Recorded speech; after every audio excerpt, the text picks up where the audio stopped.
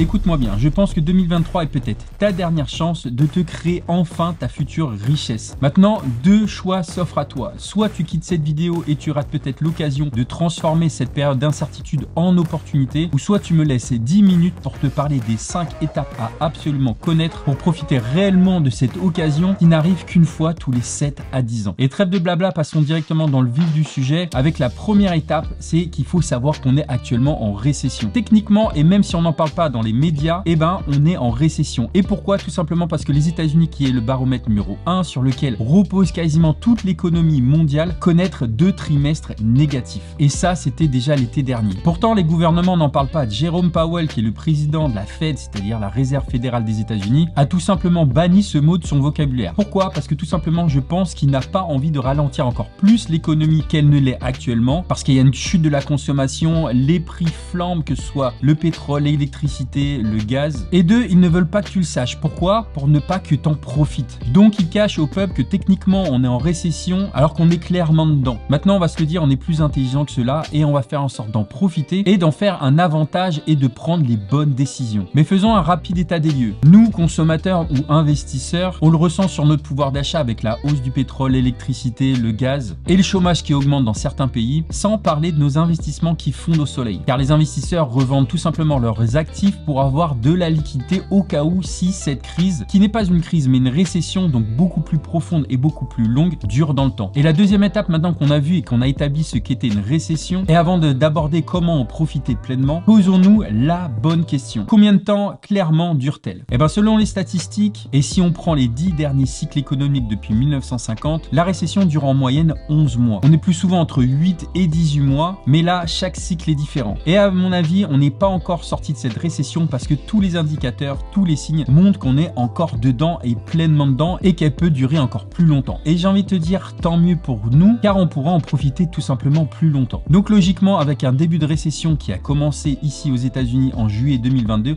on est en plein dedans. Et la récession n'est pas prête de se terminer. Et cela me permet de parler de mon troisième point. À quoi s'attendre pour les prochains mois? Eh bien concrètement, la Fed n'est pas prête à baisser ses taux directeurs puisqu'elle vise une inflation à 2%. Actuellement, on est environ à 6%. Bien sûr, ici, je te parle des États-Unis parce que c'est eux qui portent toute l'économie mondiale. Et il faut se le dire, les 2%, on n'y est clairement pas. Et donc, la récession ne s'arrêtera pas à mi-2023. Il faut s'attendre à beaucoup plus, une récession beaucoup plus profonde. Et les experts en économie ne prévoient pas une reprise de l'activité avant les premiers trimestres 2024. Mais là, peu importe la durée, le plus important, ça va être la patience. Je sais que c'est le maître mot et souvent les investisseurs ne sont pas prêts à être patients. Et pourtant, la patience récompensera les investisseurs qui auront profité de cette occasion pour acheter et accumuler. Et qu'on se dise les choses, si on connaît une reprise en 2024, l'année 2024 sera juste extraordinaire pour tous les investisseurs qui auront été là en 2023, car cette reprise économique que tout le monde prévoit, eh ben, sera couplée au halving. Et tu sais, le halving, c'est cet événement qui arrive tous les 4 ans dans le domaine de la crypto-monnaie, qui a pour but eh ben, de couper en deux la récompense des mineurs, mais également de couper par deux le nombre de bitcoins créés. Et lors des derniers cycles historiquement parlant, à chaque fois qu'il y a eu une division du nombre de bitcoins créés,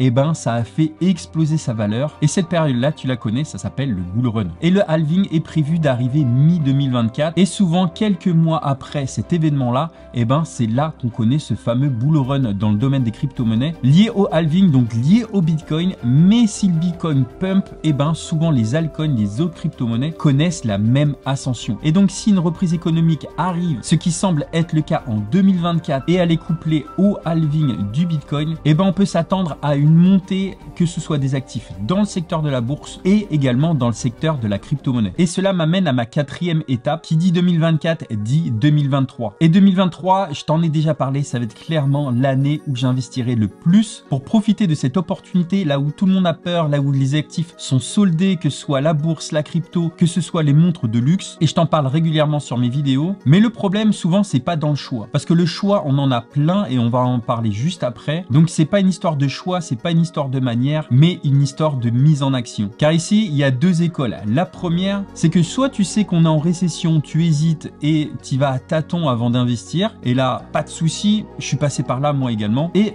au pire, tu le sais et tu ne vas rien faire pour en profiter. Car oui, bien souvent, on va regarder la crise passée, on va regarder cette récession passée et on va pas en profiter. Et quelques années plus tard, c'est l'heure des remords. Les remords de ne pas avoir franchi le pas. Et sans vouloir taper sur les personnes qui se reconnaîtront par là, parce que moi-même je suis passé par là, par cette phase-là de doute, de pas vouloir investir, d'avoir peur que ça tombe encore plus bas. Mais historiquement parlant, à chaque fois qu'il y a une récession, il y a toujours eu une reprise. Longue certes, des fois quelques années, mais reprise il y a toujours eu. Et pour ce cycle, personnellement, je vais pas rater l'occasion d'investir maintenant, car souvent j'ai été freiné par la méconnaissance des cycles, la méconnaissance de l'économie et de son fonctionnement global. Mais cette période est terminée, car depuis que je suis dans la deuxième école, c'est-à-dire de celle de prendre des risques, de se baser sur l'histoire, que ce soit des investissements risqués ou non, ils ont toujours été calculés sur l'histoire. Alors bien sûr, les performances du passé ne reflètent en rien les performances futures, mais bien souvent on sait qu'on est en récession, mais on ne le pense pas assez fort pour faire des actions, pour prendre des mesures, pour prendre des décisions et surtout les bonnes décisions. Et pour appuyer ma thèse, je peux te recommander qu'un seul livre de Tony Robbins qui s'affiche là, qui te parle clairement de toutes ces phases-là, historiquement parlant, dans le secteur de la bourse et du S&P 500, qui te donneront des statistiques et des arguments qui vont dans le sens de cette vidéo. Surtout, s'il y a un livre à lire qui est pratico-pratique et qui t'explique tout de A à Z, limite la stratégie à avoir, et qui est une stratégie qui a marché depuis des dizaines d'années, eh ben, lis ce livre inébranlable de Tony Robbins, c'est juste une pépite. Et il me semble que je t'ai fait le résumé dans cette vidéo. Et cela m'amène au 5e point. Dans quoi investir? Personnellement, je pense que tout le marché est en solde et peu importe dans quel actif je vais investir, tant qu'il est sérieux, solide, et ben tout ce qui est bourse et crypto, j'investis dedans. Je t'ai fait mon top 3 crypto ici, j'investis également massivement dans la bourse, dans le S&P 500, mais également dans des actifs simples, dans les plus grosses entreprises. On peut parler de Google, Amazon,